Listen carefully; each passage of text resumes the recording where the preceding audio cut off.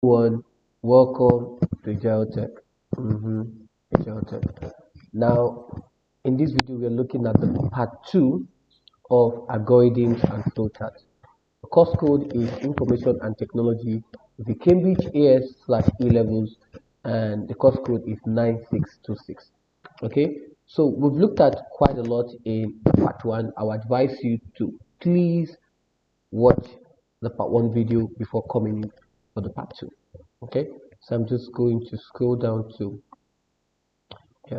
so in the part 2 we're going to be looking at what we call loops. Yes, loops. Now, okay, let me just when we talk about loops, right? A loop, okay, I think I can put this, okay, is a sequence, okay, is a sequence of repeated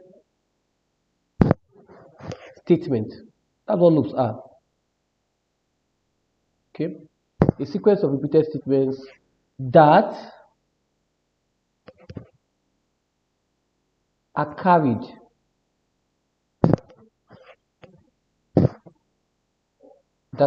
out a number of times.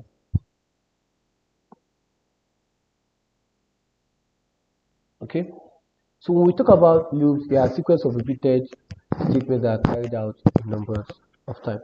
So this number may just be 1, 2, or can be a very large number, depending on the problem which needs what solving. Okay, now there are two ways a loop operates. Here we have ways a loop what operates. Okay, so I'm going to do this now. One way is known as what we call pre-condition what loop. Okay, pre-condition loop, meaning that the conditional statement, okay, the conditional statement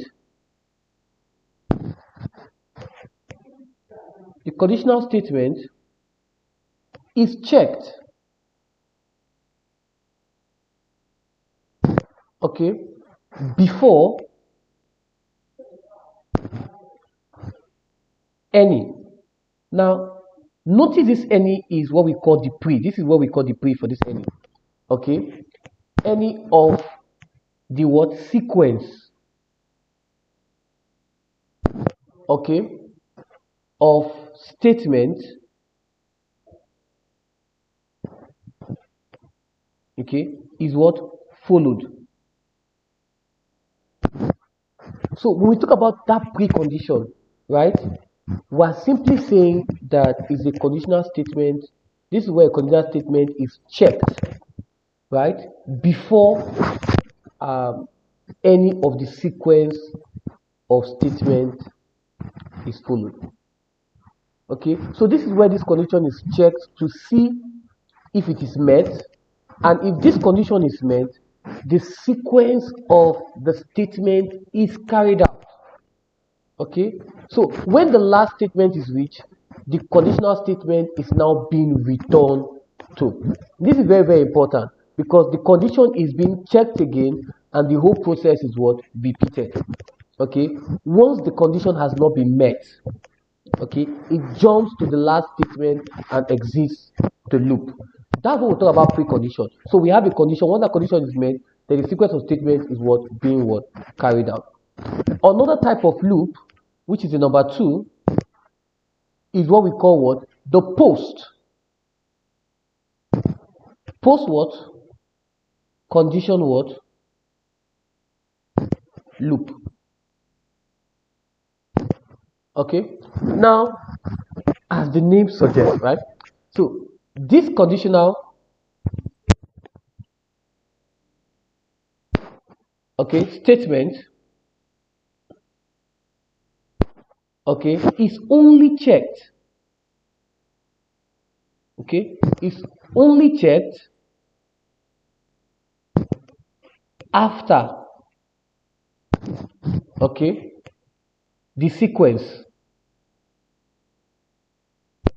okay, has been carried out, okay, has been carried out for the first time.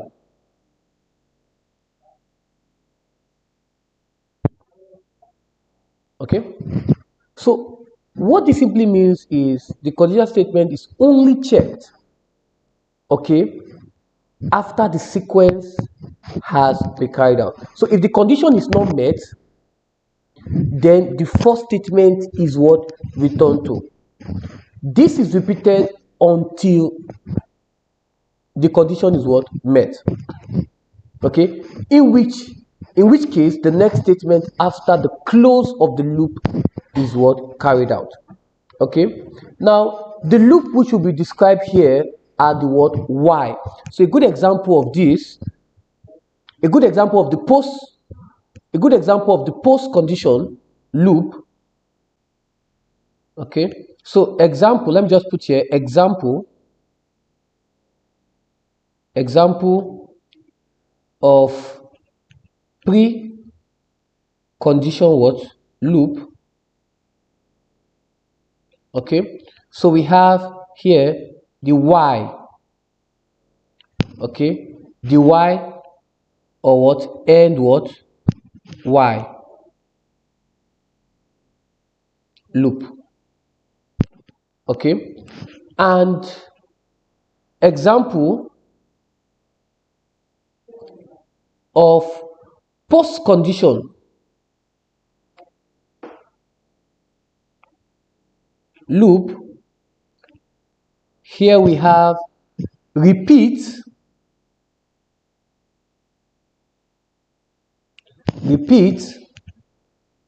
until loop. Okay, so this is very what important. Now, before we describe the types of loop, okay, the concept of counting within an algorithm has to be considered. The concept, okay, so if a loop is to be repeated a certain number of times, it is usually to set up what? A counter. This usually involves the initializing of a variable. That is, we set that variable to what? To 0. The variable name used is often just what?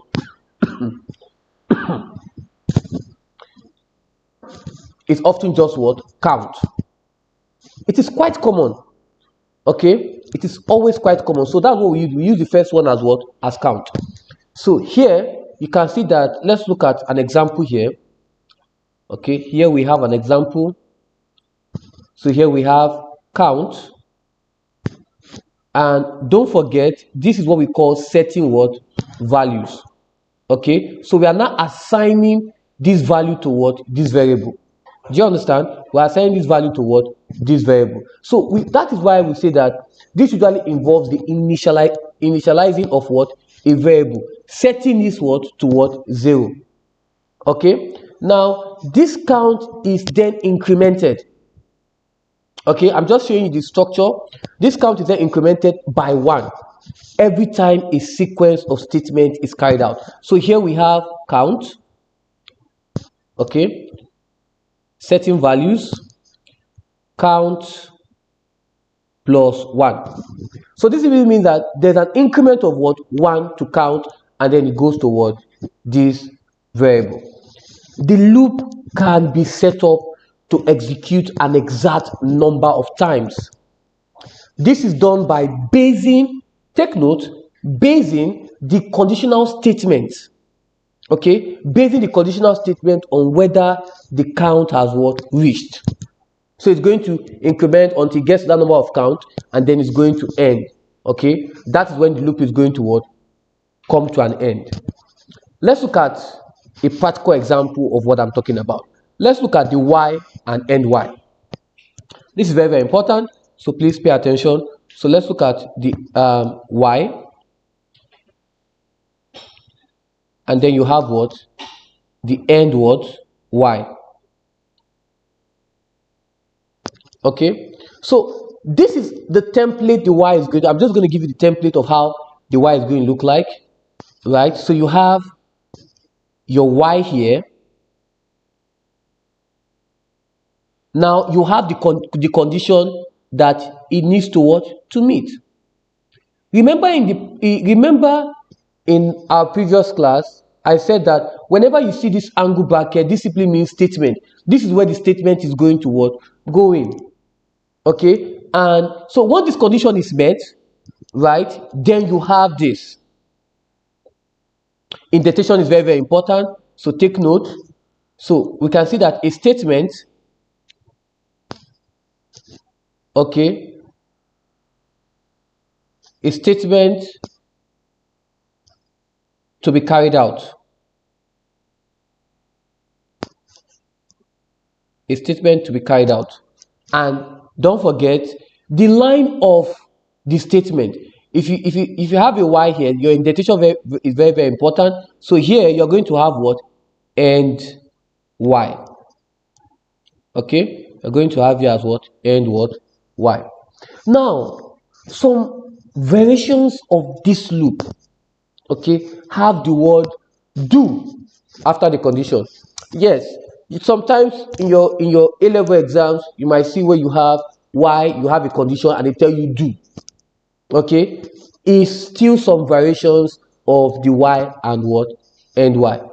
Okay, now although for the y and the condition and do, of course, is very, very important, but we'll just focus on the y and ny. Of course, when you get to university, you look at the y and what?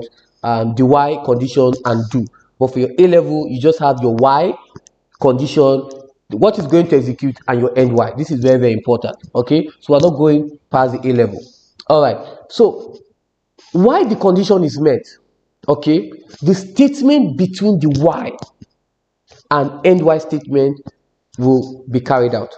As soon as the conditional statement stops being true, the loops end. The moment this condition is not met, the loop is going to what? Stop. Now, okay, let's look at an example, and then I get to explain this example. Now let's look at this example. I think I have a space. I'm just going to use here. So let's look at this example. Okay, I think I will just start from here. I think this let me see, I need space. Okay, I think this should be fine. So let's look at this. I'm going to use count, of course, the setting values.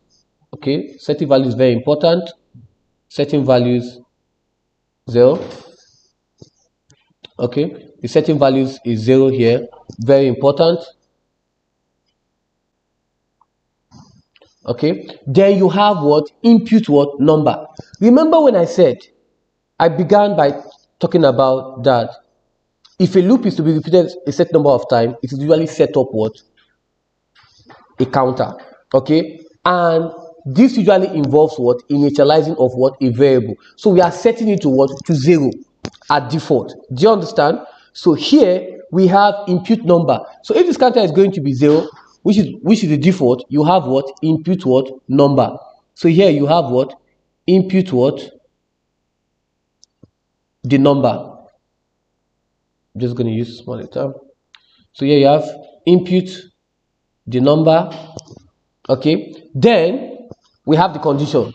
So what's the condition? The y condition. Okay, so we have the y. Okay, so we have the y count. We have the y count. Okay, so if this y count, this is the condition now, if count is less than the number. Okay, so if this condition, which is count, is less than the number, okay, so what are we going to do? Here comes the indentation, very important. So count will be count plus what? 1. Okay, I want to write. I know most of you are not. Let me write the 1. Let me write it well. Okay. Plus what? 1. Now we have print. Print. Okay, count, comma, okay, your quote, double quote, right, times 10 equals to what? There's a space here, a double quote, and then your comma, and then you have what? Count times what? 10. And then you end y. Don't worry, I will explain what I just did here. Now, what this algorithm does here is that it's going to take the input numbers of time. Let's say, for example, the number you gave is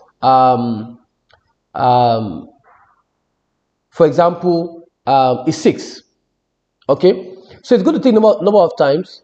The loop is to be executed with the number, so it's going to check whether the count is less than what? This number, before proceeding, right, with the sequence of statements to be what? To be carried out. Okay, now the first statement increments the counter, so it goes up by 1 before the calculation is what? Is performed. Okay, so the algorithm is printing out. What this is done is just printing out the multiplication table. Now you know what I'm talking about, the multiplication table, right? So if the input was 6, now if the input was 6, let's say we have this. I'm just going to put a box here. Okay, I'm just going to draw something here. Just going to draw something here. Yes, my drawing is fine, thank you. All right, so if it's 6, this will mean, now let me explain this. So if the number input is 6, it's going to start incrementing. So we have 1 for the count, 2. So if here is less than the number, okay, so here we have print count.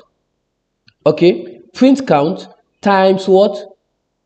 Here you have times what? 10. So which is going to be what? Count times 10. So here you'll be having, watch this, here you'll be having 1 times 10, okay, comma, 2 times 10, this is the output, 3 times 10, 4 times 10, 5 times 10, and finally what? 6 times what? 10.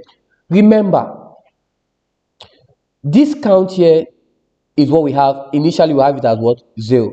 So it's going to increment to what? That number. So it's going to get to a point that if that number is less than 6, it's going to stop at 6. It's not going to move forward. If you say it's 12, it's going to count to 12 and then it's going to stop, because it's incrementing what? By 1. So it will go 1, 2, 3, 4, 5, 6. And that's what we have here. We have the print count, right? And then you have in quote times what? 10. We can say to use times 6. It's going to print 6. It's going to be 6. 1 times 6, 2 times 6, 3 times 6, 4 times 6, etc., etc. Okay, so please hope you understand. The next one, this is for the preconditional what? Loop. Remember I said that there are ways a loop operates. We have 2 ways, and the first one is what? The precondition loop, and the other one is the post-condition what? Loop. Do you understand? So for the precondition we have the y and y. So now let's look at the post-condition what? Loop. Okay, so which is repeat until loop. Okay, so stay with me. Okay, hope you're having fun. All right. All right, so the next one is what? Repeat. So I have here repeat, okay, until. Okay, so unlike the y or to ny, which tests the condition at the start of the loop, which what it's doing is testing the condition at the start of the loop. Okay, it's going to increment 1, 2, 3, 4, and it's going to check this condition. Once it's less than the 6, stop. Okay, once it's less than the 10, if you impute 10, stop. Okay, the repeat until loop checks the condition at the end of the loop. So why the end while we test the condition at the start of the loop, repeat until we check the condition at the end of the loop. This is very, very important because I saw this question in your A-level past paper in your paper 1. So this is very, very, very, very important. Okay, in your theory paper, this is very, very important. Again, why and end y test the condition. You can see that it's testing the condition at the start of the loop. The y, or rather the repeat until, right, will check the condition at the end of the loop. Now it is similar to the y and ny, except that a repeat until loop is executed at least once. All right, I've been speaking a lot of grammar. Let's get to work. Okay, now let's look at this. Let's look at how the structure is going to look like for repeat. So here you have the structure here as repeat. Okay, so you have the structure here as what? Repeat. Okay, then you have here as a statement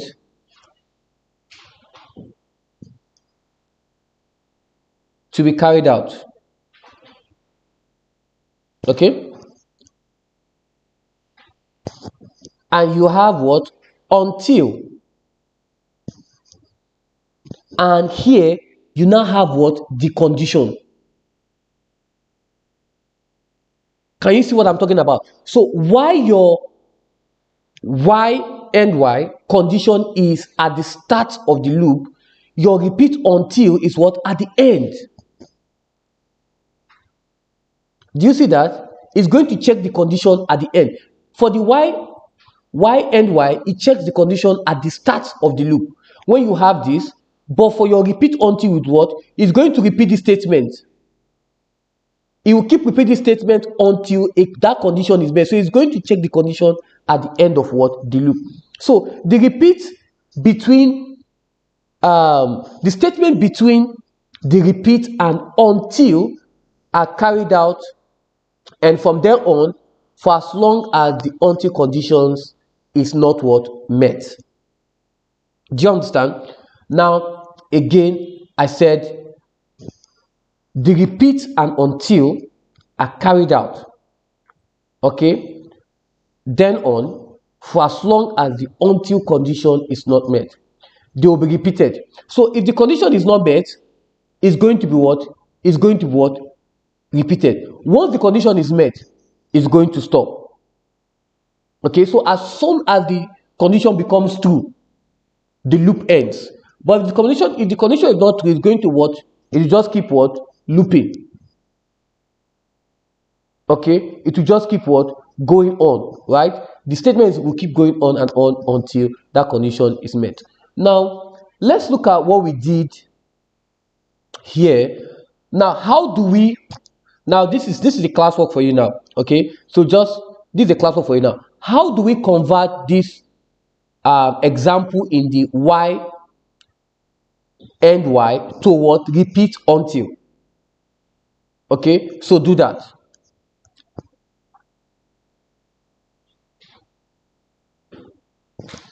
Okay, now so let me do it. Here you have count. Okay, setting values 0. Then you have what? Input number. Then here it is, repeat. Okay, now in this repeat, this is what happens. Now in this repeat, remember there is no condition. Now we're going to have what? This right here, and print, and here you now have until. Now watch. So you have count.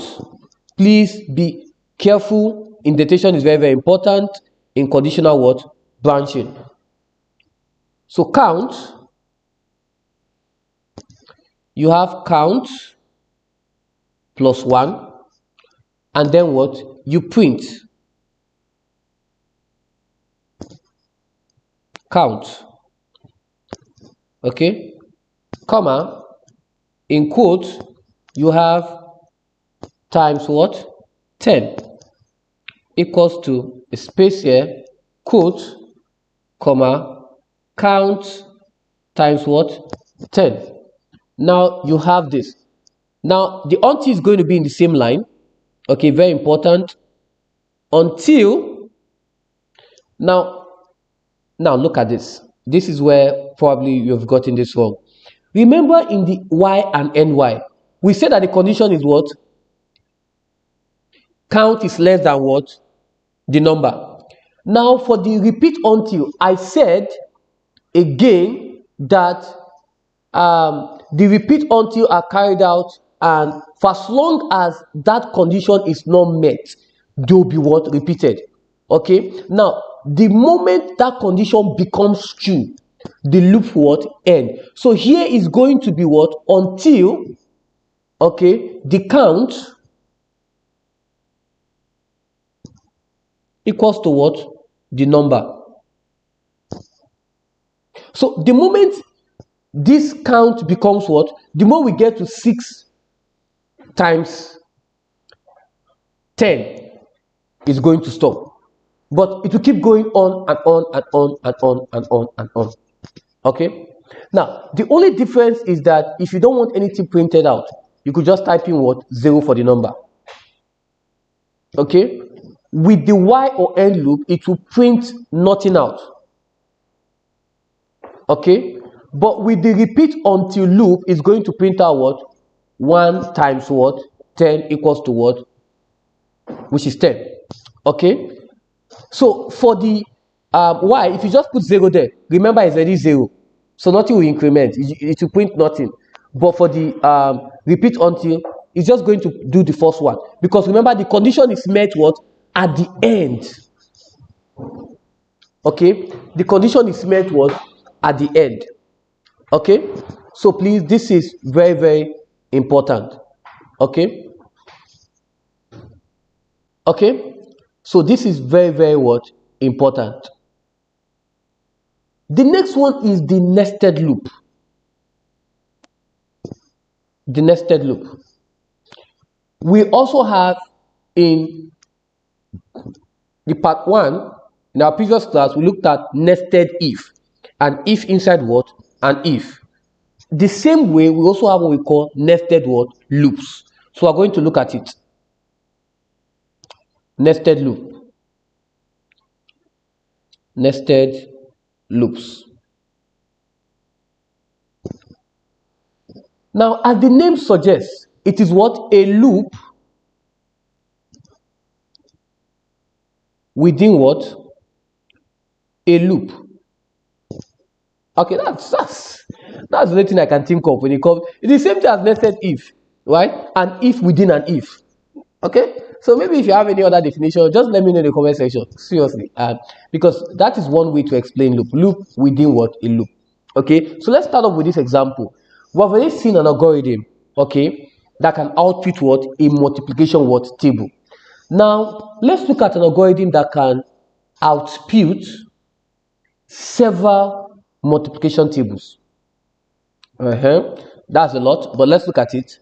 Okay, so here, don't forget, we always begin with what? Count. Okay, so always begin with what? Count. Certain values, 0. Then we're going to do input number 1. This is going to this is the number of the multiplication. This simply means the number of what? The multiplication table printed out.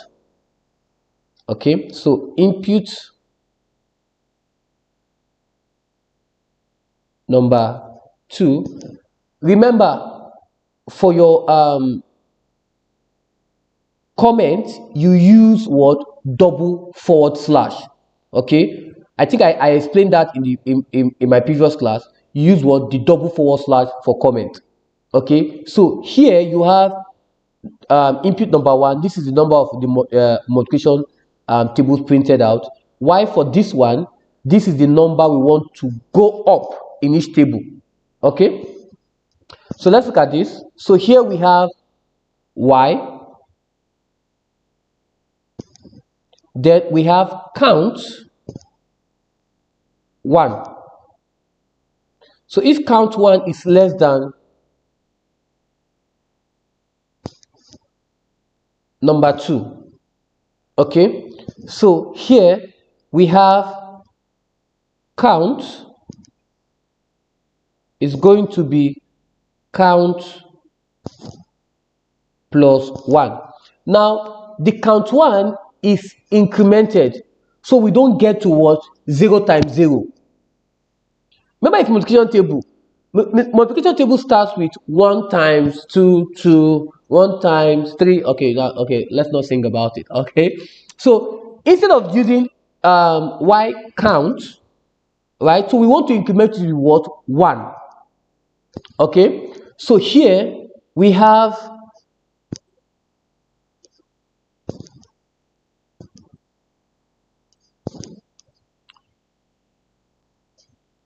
count 2. Okay, now we have count 1. We're going to put the count 1 here. I know most of you are wondering, right? So put the count 1 here.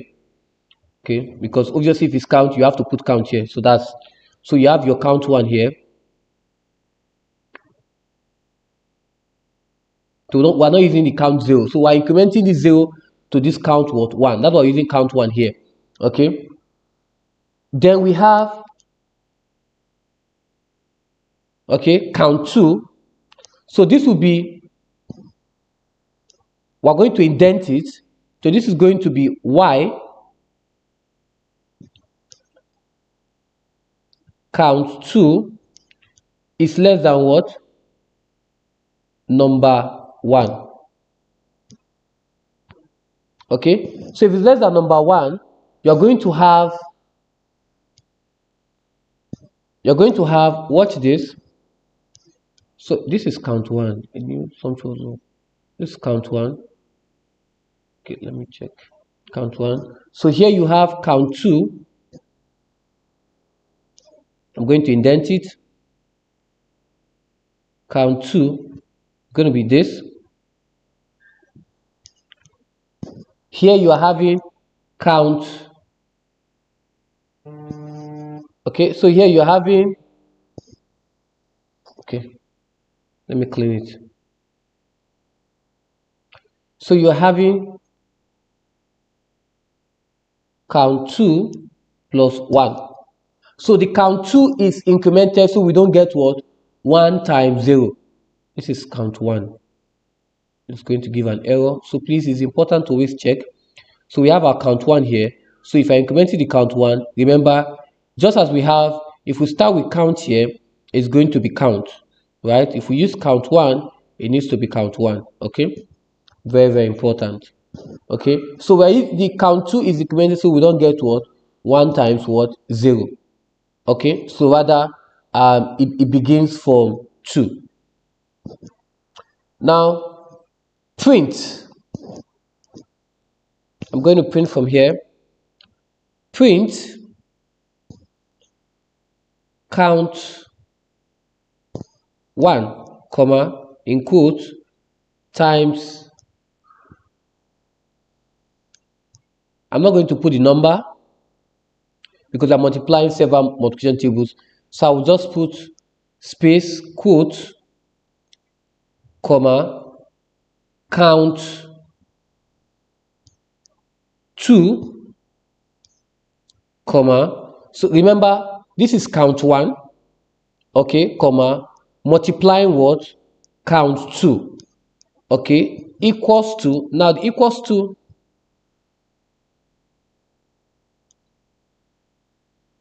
Okay, the equals to here, you're going to put it in quotes and you give a space. Okay, I have to use the next page. Okay, here there's a comma here.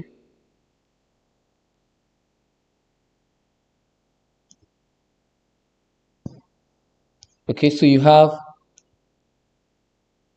count 1 times count 2. Now this is very important. Now notice that this was print count. Okay, count times 10. Okay, so this will not be count times 10. That's what we are simply doing here. So invariably this is going to be count times equals to, this is how it's going to what to be like. Here we can now end the y. Remember, indentation is very, very important. There are two y's here. These are nested loop. So I'll end the first y here, end y,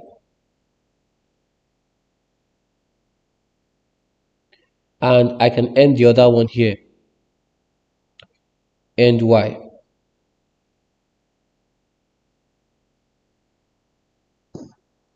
Okay, now I want to explain this. Let me reduce. I want to see everything. I want to explain this. The variable number 1 is the number of multiplication tables we want. Okay, the variable number 2, this one, is number of multiplication table we want. Number 2 is how far we want the table to go. For example, if 6 is input for 1, let's say for example we have example 6.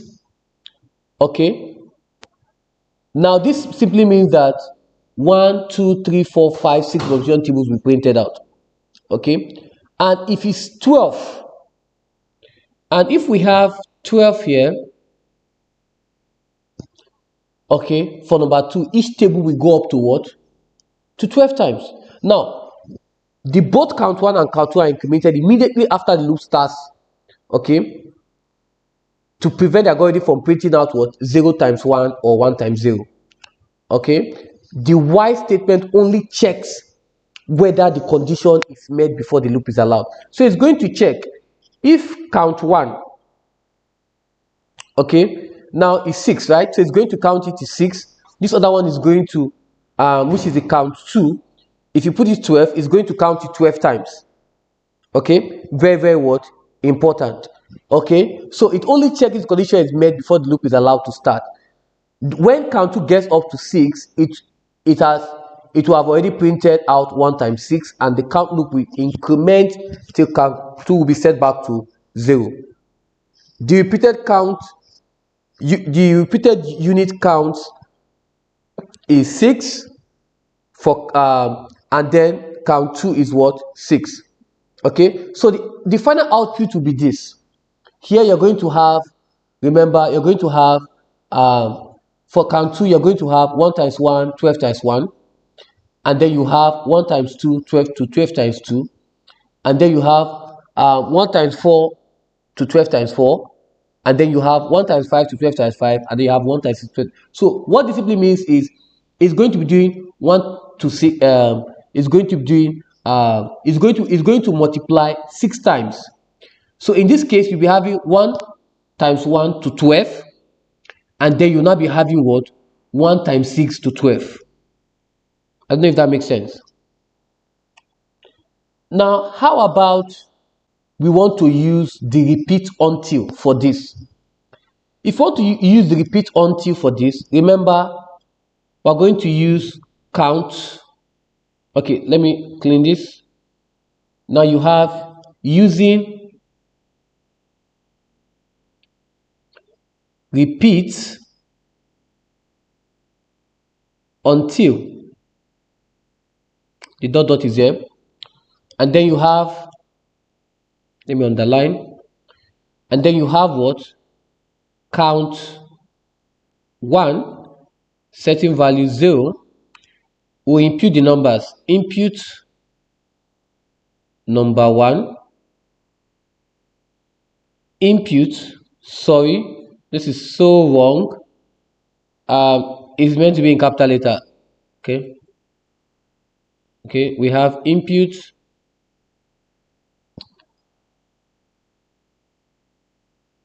number 2. Then, unlike this other one, we have while. Remember, the repeat until the condition is what? At the end. Okay, so you have repeat,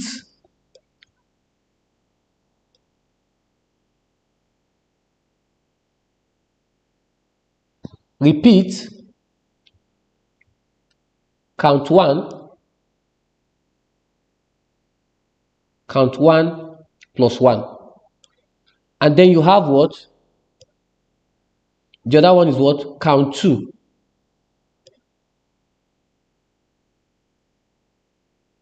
Count 2. Okay. Then you have repeat again.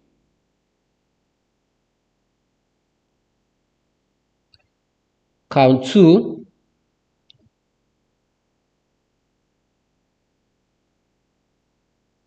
Plus 1. Okay. Then this is where you print. Print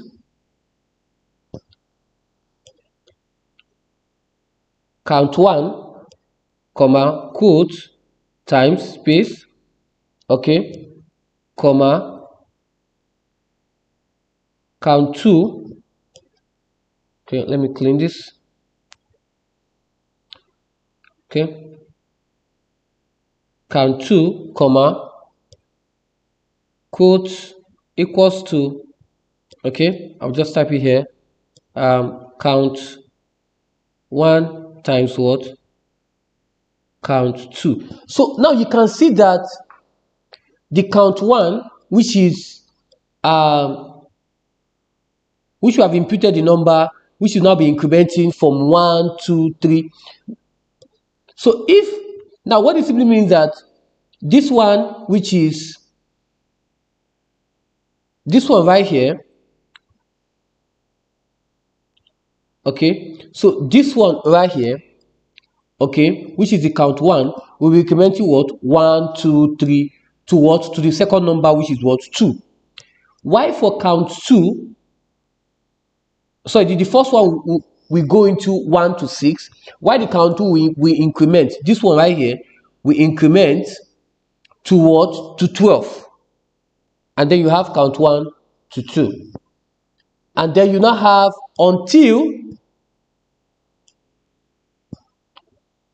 has to be in the place of until count 2 is equals to what? Number 1. Okay, and again,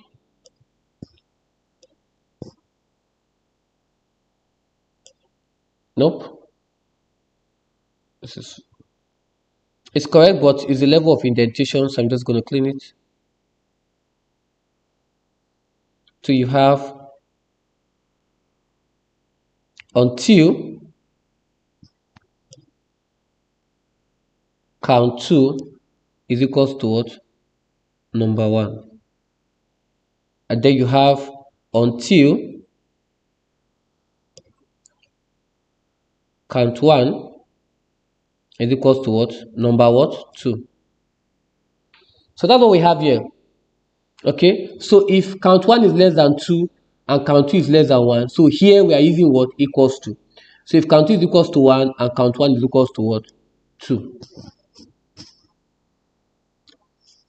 All right, let's talk about procedures and subroutines. Okay, let's talk about it. Procedures slash what? Subroutines. When writing algorithm, please, I want you to take note. When writing algorithms, okay, it is often a good practice to use subroutines, which are called what? Procedures. Although technically a subroutine is a subset, a procedure is a subset of what? Is a subroutine. Okay, a subroutine is a sequence. A subroutine is a sequence of what? Algorithm.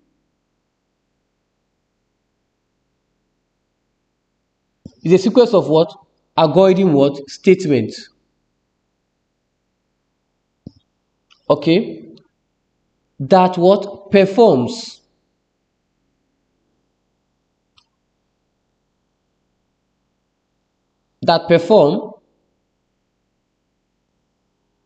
a specific task. That's what a subroutine or a procedure does. Yes, technically, a procedure is a subset of a subroutine. But when we look at subroutines, subroutine is what, right? Is a sequence of according statement that performs what a specific task. That's what a subroutine does. It just performs what a specific what task. Okay, and the subroutine follows this pattern, right? How do you know a subroutine? Follow this pattern. You have procedure. Okay, you have the value here. This is where the value goes into. Then you now have what a statement to be carried out.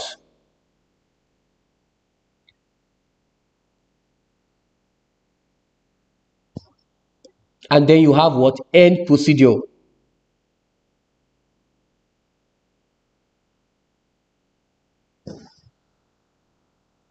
Okay, now let's do something. Let's consider a house. Okay, let's consider a house right here. A house builder who needs to know the area of the top part. Okay, let's. Okay, let me see if I can draw a house.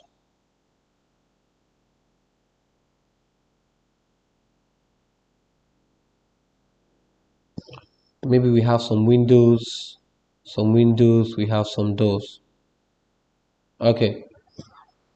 Okay, he wants to know the top part, okay, of a brick wall underneath the roof. Maybe you want to know of this roof here. Okay. Now you want to calculate the numbers of bricks to be used. Such a house is shown, right? This I'm just putting this as an example. Okay. Now, with the area that needs to be calculated as what? A red triangle. The other area which needs to be calculated as what? A rectangle shape. An algorithm can be written to work out these areas, and this could be used to calculate numbers of bricks needed. Now, this can be done with a simple routine. What am I simply saying? You want to calculate the numbers of bricks to be used. You want to know the areas which needs to be what calculated, right? And we have them indicated here. Let me see how I can bring a picture to explain this. Okay, so let's look at this. I want to use it to explain. Okay, so we have this. Okay, so we want to calculate this. Now, for us to be able to do this, we want to know the areas which need to be calculated. This area is the one this is the area we need to calculate. This area right here. We want to calculate this area. Okay, now the other area which needs to be calculated are what? In rectangle shapes. Now these ones are the ones we need to calculate. This one here, I want to calculate this one. Okay, now an algorithm can be written to work out these areas which can be used to calculate the numbers of bricks needed. So right here, let's look at how we can do that.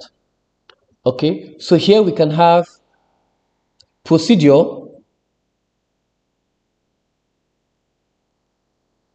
So what is the value? The value is what? Triangle. And what are we doing in triangle? We have the width, we have the height. Okay, remember your area, width times height for triangle, right? So here, remember we're following this. The statement is going to be what? The area. Okay, and we have what? Width times what? That is half breadth times height, which is half width times height. But since we cannot write the half, if you convert 1/2, that was 0.5, right? So you now have width times the height times what? 0.5. Then here you have what? Print area. And finally you what? End what? Procedure. That is what a subroutine does. A subroutine is just a sequence. Okay, it's just a sequence, okay, of an algorithm statement that performs what? A specific task. Nothing too ambiguous about it. You know, most of the time you hear about subroutines, they're like, oh my god, Mr. Ajiro, what do I do? Okay, so this is very, very, very important. Okay, so this is what it is. Okay, as much as possible. Okay, now the main algorithm could be this. Okay, if you want to write the main algorithm for this, right? So we can have here, let's write the main algorithm for it. So here you have input,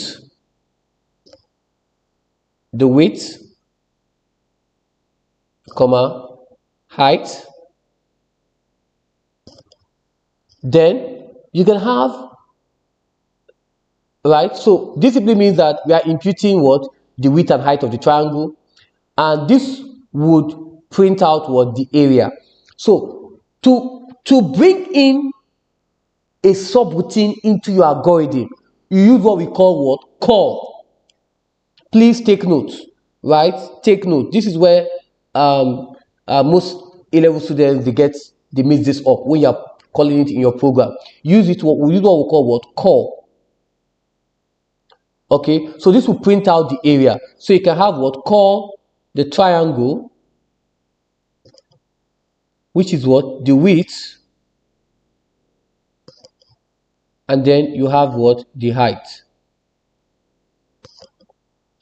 Then you have what? Input number.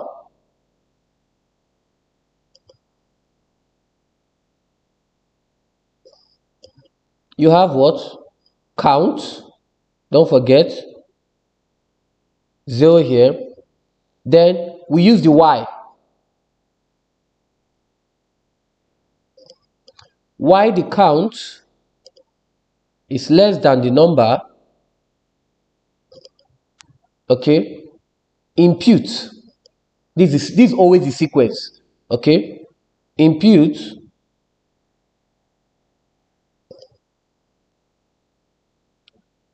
length and what? Height. Then you have the count. Don't forget, which is count plus 1. Then you can now call in that subroutine. So call the rectangle. Now this will print out the area of each wall. Okay. Now I didn't do for the rectangle.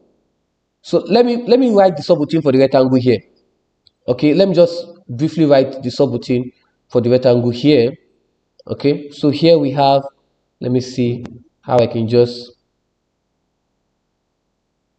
I didn't write for the rectangle, so let me just write the rectangle here. So we have subroutine, procedure,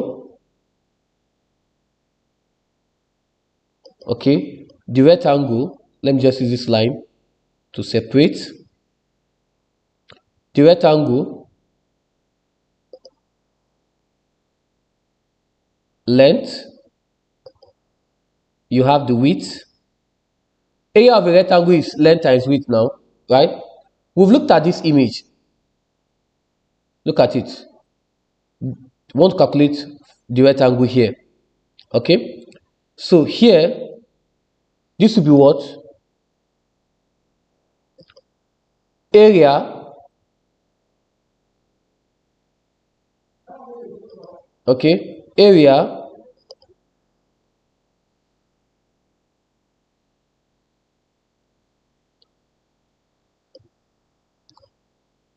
length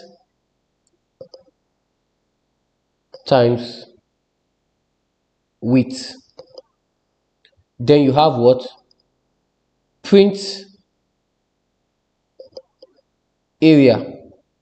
And then you have what? End what? procedure.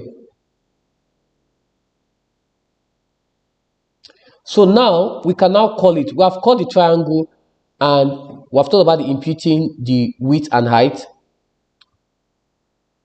Okay, imputing the width and height here. Okay, and we have called the triangle, which is the width and height. This is what is going to solve, and we impute the number. We say count. We put this value. We put this here. Then why this count is less than this?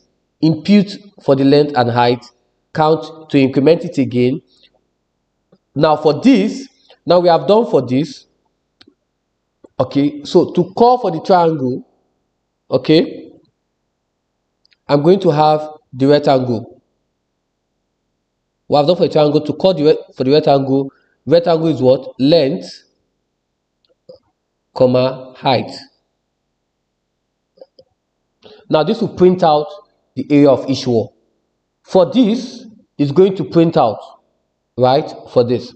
And then we can end our y.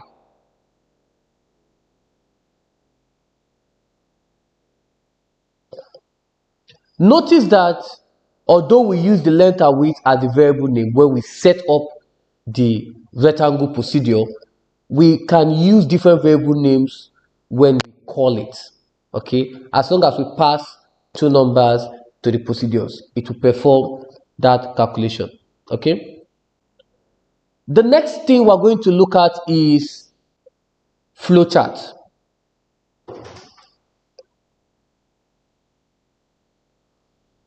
Flowchart. Now, a flowchart, let's look at what flowchart is. A flowchart is what? A diagrammatic, okay? Diagrammatic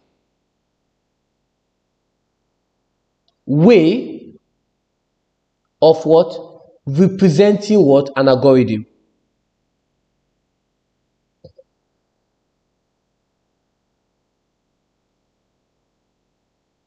So is what? A diagrammatic way of representing what? An algorithm. Used to produce the solution to a problem. Okay? So it's a diagrammatic way of what? Representing an algorithm used to what? Produce a solution to a problem.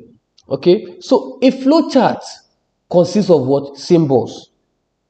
Yeah, they do consist of what? Symbols. Okay? They consist of what? Symbols.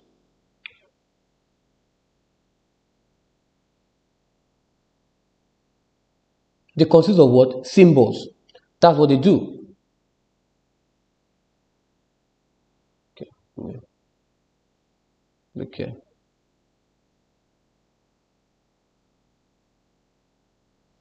Okay, so they consist of what? Symbols.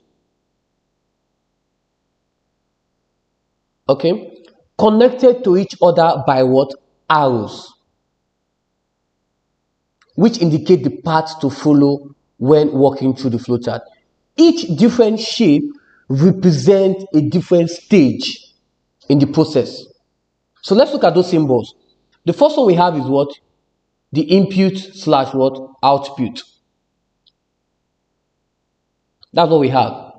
We have the input. We have what? The output.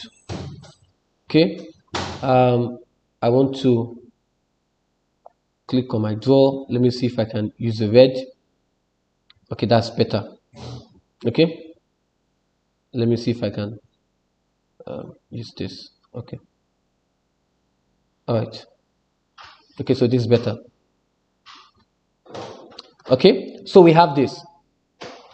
Because I want to explain everything here.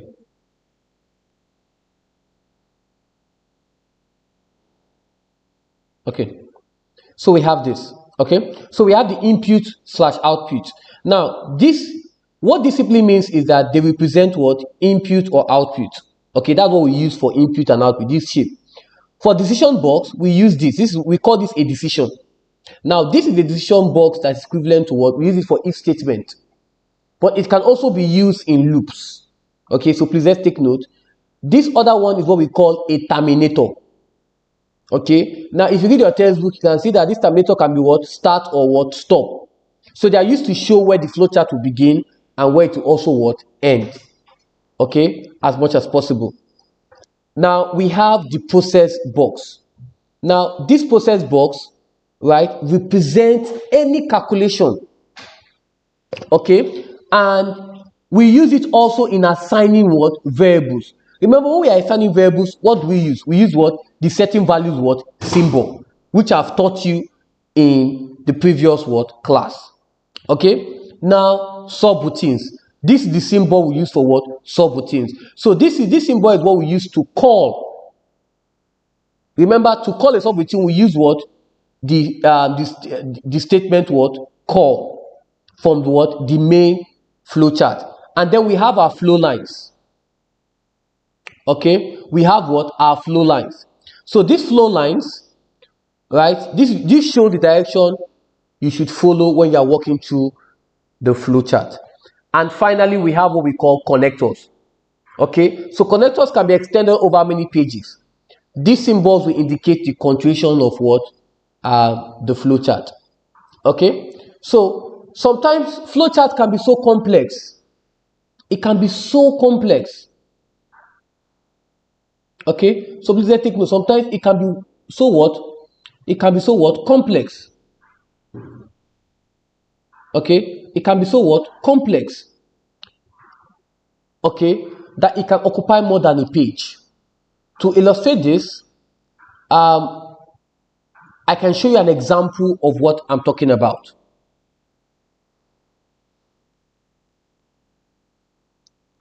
Now, this is a good example of what I'm talking about.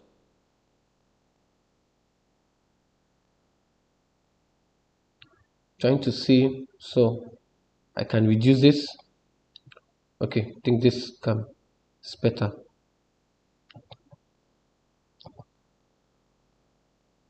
Okay, so here, now notice that let me use this. Notice that these are what? The connector symbols. You have start here and then you have stop here. Okay, now these are the decision boxes. So some flowchart can be so complex. Okay, so this is now notice that this here is what? An input box. This is what? An output box. Now these are the connector what? Symbols to show that from here it can be what? More than a page. And this is also what? Connector what? Boxes. Okay, so this is very, very important. Okay, so now let's go back to this and let's see how we can solve this. Now let's look at some subroutines. Okay, let's look at some subroutines. Like we did one for triangle. Okay, remember we did this. Okay, we did this. Now let's see how we can do a flowchart for this. Okay, how can we do a flowchart for this? Now, the first thing I would do is what? I'm going to have what? My start.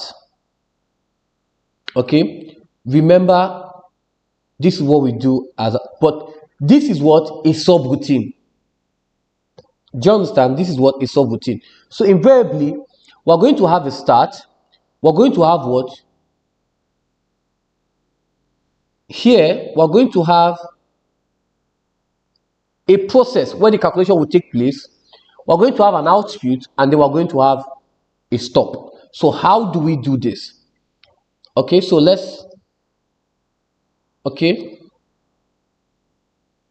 this will be using a flowchart. Using a flowchart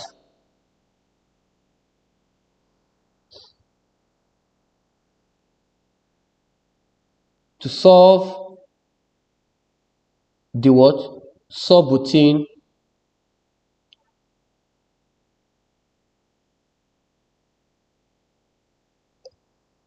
for triangle.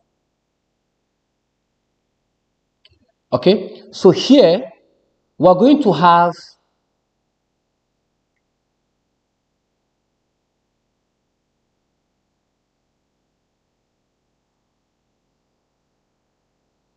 okay, I think I'll just write it first. Here we have the triangle. Okay, remember we have the triangle here, and we have what? The width and what? Height. Okay, let me see. Let me duplicate it. Let me duplicate so that this can be for the subroutine and this can be for the flowchart. I think that will make it easy for us. Okay, I've not saved, so that's why it has not appeared. So let me refresh. So I'll have this here. Okay, so here I have the triangle.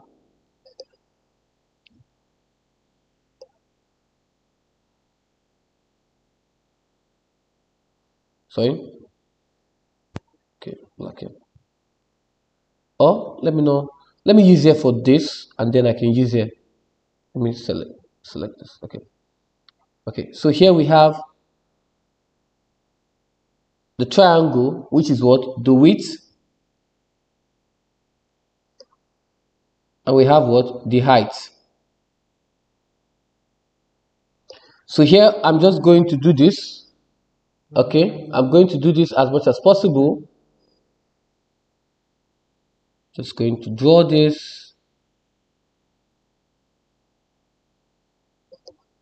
And then we have our flow lines. The next thing is what? Area, width times height times 0.5. And I have this here as the process. And finally, I will have my input and output as what? Print area.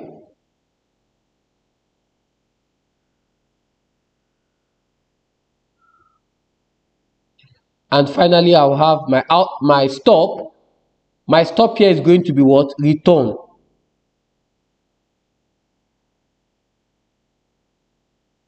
Okay, it's going to be what? Return. Now, I'm going to give you a classwork right now, so you can just pause this and do it. Do the flowchart for the subroutine of the rectangle. We have the rectangle here. Don't look at anything. Just we have the rectangle here, and do this. Do the flowchart for this. Okay. Now, if you have done that, now let me do mine. Okay. So this will become flowchart for subroutine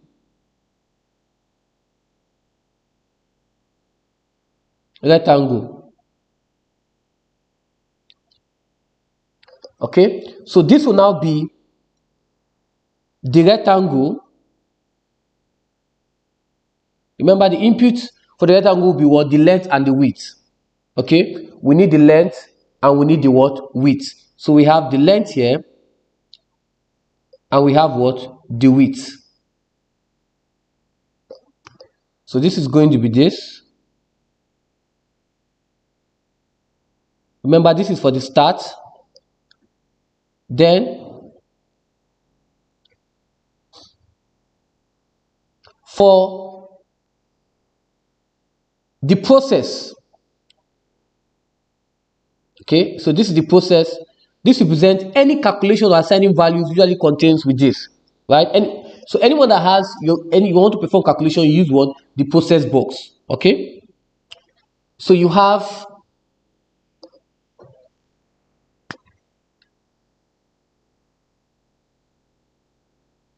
area,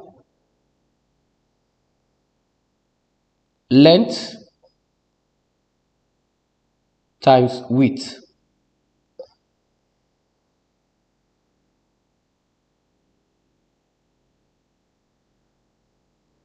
Okay, so you have this, and then for the output, you have what? Print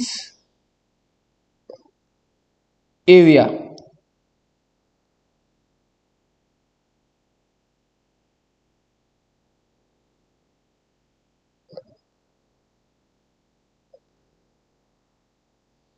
And then for the stop, again, this is for the terminator. So for my terminator, I'm going to use what? Return. If you did that, congratulations.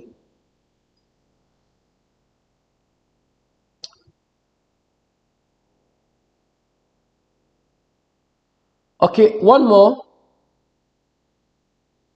One more. Okay, so we're going to use, now remember when we did that, we're going to do another one here, another flowchart for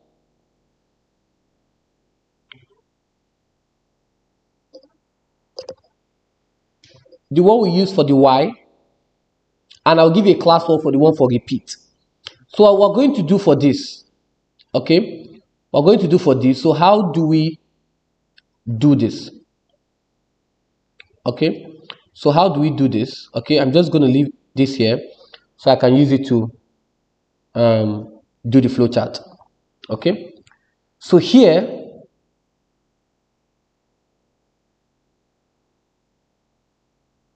I hope this is enough. Okay, so here I'm going to have this as what? Start. Now, the reason this is the main algorithm. If it's just a subroutine, the start becomes what? Your procedure. Do you understand? Okay, so you have this as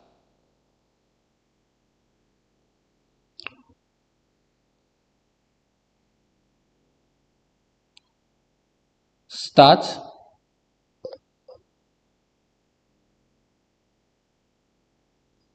Okay.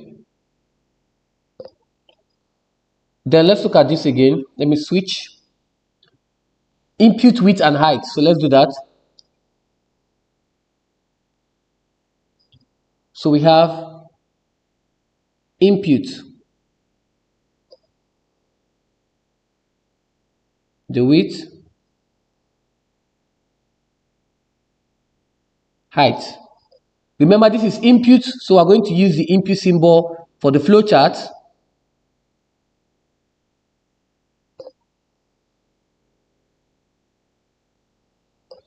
Then this is what we need to do. Remember, we have to call.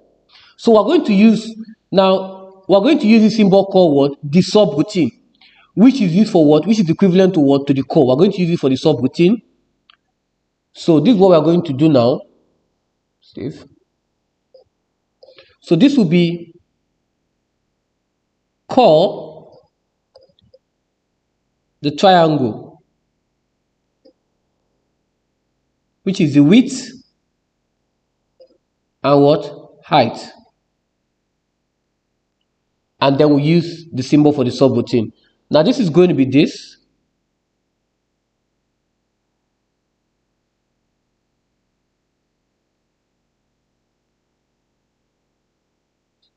It's a straight line.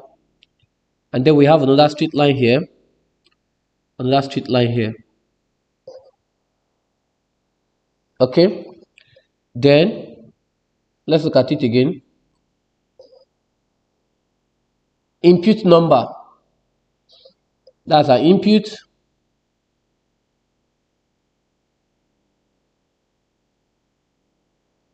Input number.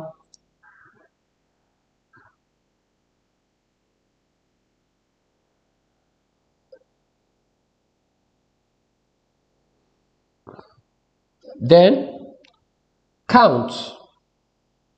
Now that's the process because we want to perform a calculation. Now for the flow lines, we're going to use this. Okay, very important.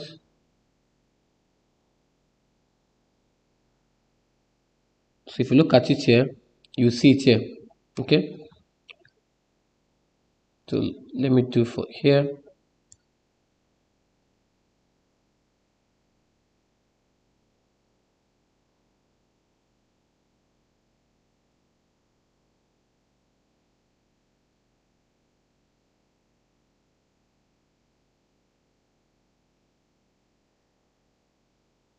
Okay,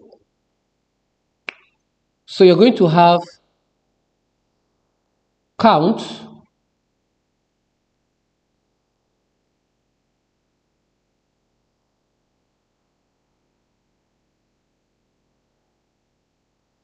okay.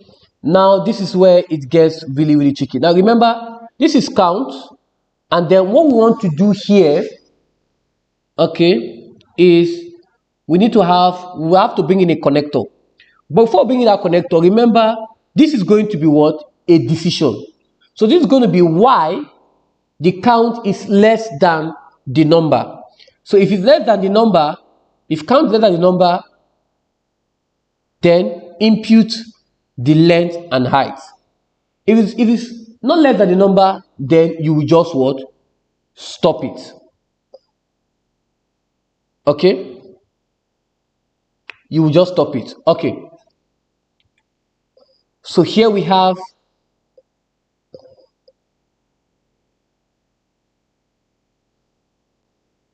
okay, so you have count.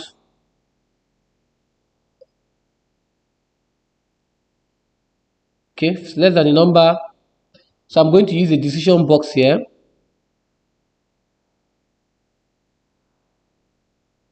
Don't laugh at my decision box. Okay, it's my decision. Okay. Okay. Okay. All right, so here, right, so this is what the decision box, right? And we can use it for loops as well. So if this is yes, okay, let me see. This is going to be input length and what? Height. Here we have it here, input length and height. And this is what? An input.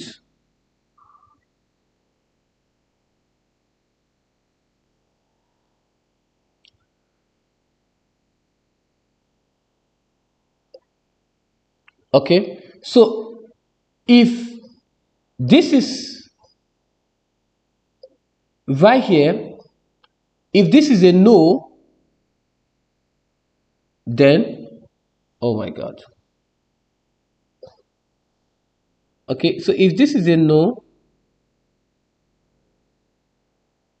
okay, so you have an arrow here that is going to what? Stop. Okay, and here you have what? Now if I want to bring it to the next line, I'm going to use what we call what? A connector. Okay, so we can extend it over what? Over many pages. So this what indicate what? The continuum of what? Of the what? The flowchart. So to do this, I'm going to do this. It's going to be here, rather here is a continuation. So I'm going to do this. And I'll have what? The first connector here, which is A. I think I have to clean this. Okay, the first connector here. Okay. And I can have another connector here. Now, you might not have to do this if everything is entering into your page. Okay. So here, what I would do is this. So again, once you input the next is what? Count, which is calculation. So you have count, then you have count plus 1. Sorry, I didn't bring in the connector. I meant to bring the connector here, so I want to connect them together. So I'll connect them together here.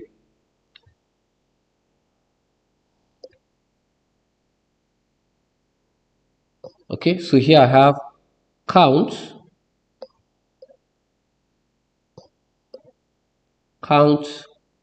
plus 1.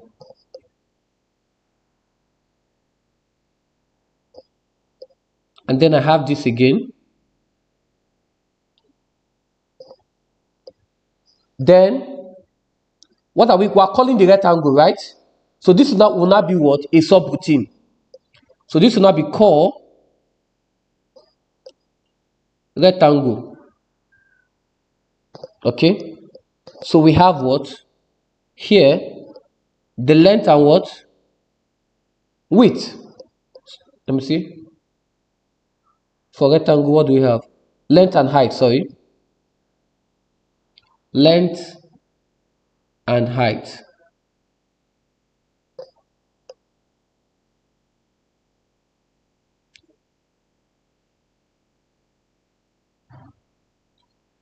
It's always advisable to use a ruler when you're working with flowchart. Okay, you can see that my drawing is very, very good. Don't laugh. Okay. Okay. So we have this. And finally, we have another what? Connector. So I want to connect it to this.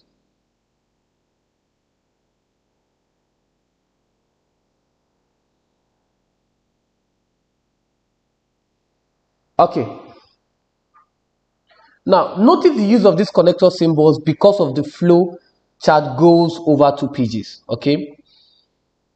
As well as being able to increase the values of what? The counter. Okay. It is possible to add up a number, a set of numbers in this way using that. Okay.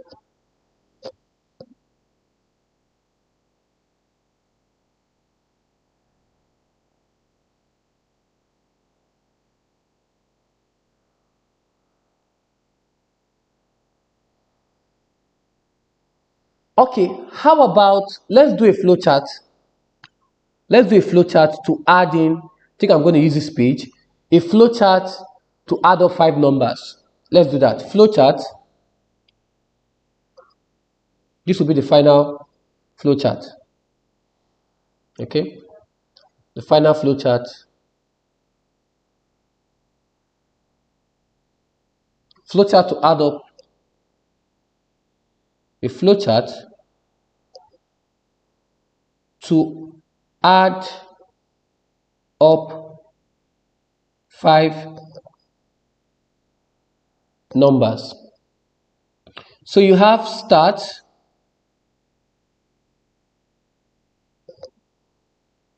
okay,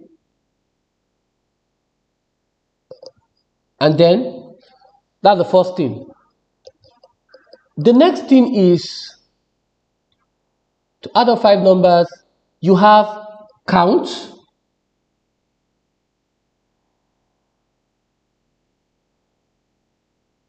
total,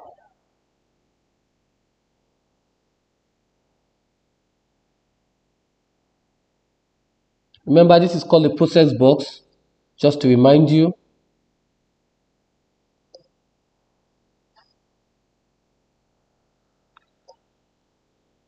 Now you have this. The next one is the decision box.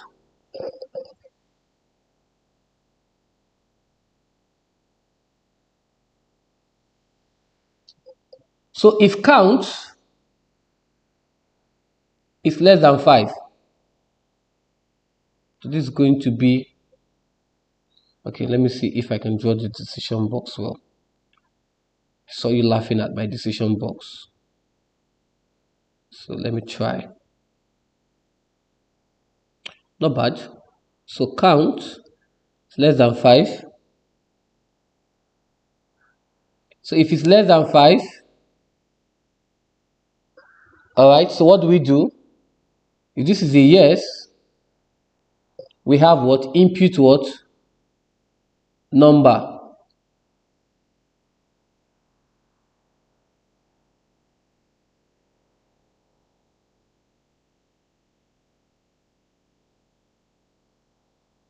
Okay, so here we have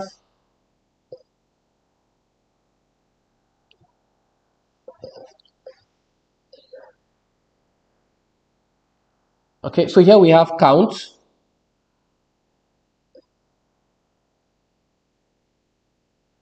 then count again, plus 1. Then you have what? Total.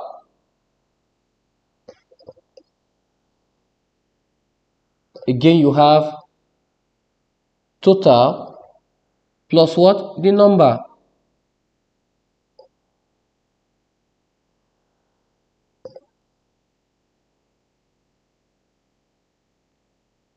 Okay. Yes, there's a mistake here. Input is meant to be this. Yes. All right.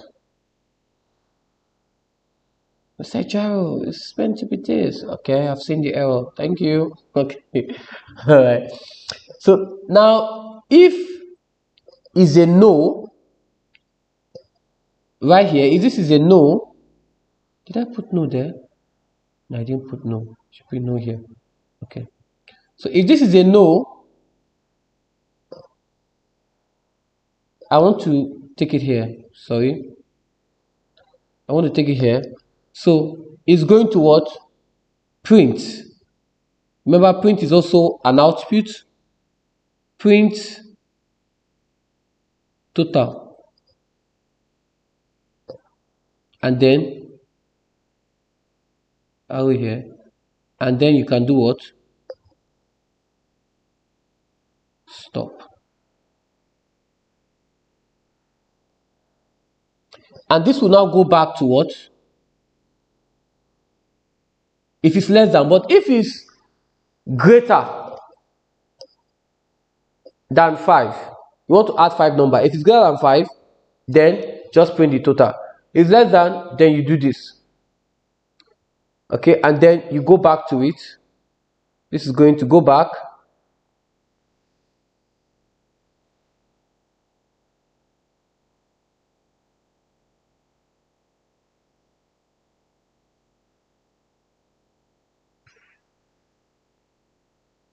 Common errors. Just going to write this down as I close.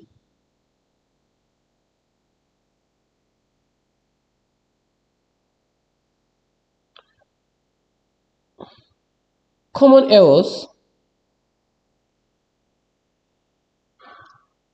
students make when drawing flowchart and writing algorithm. 1, they fail to initialize the count. They leave out this. Again, they fail to initialize the total. That's the second point. They get it confused with the less than or the greater than. If it's less than, you do this. Okay, you do this. If it's greater than, you print the total. In flowchart, having the yes or no the wrong way is what? A common what? Error. Okay, so this is for yes and this is for what? No. Thank you very much. Okay, if you have a question, please drop it in the comment section.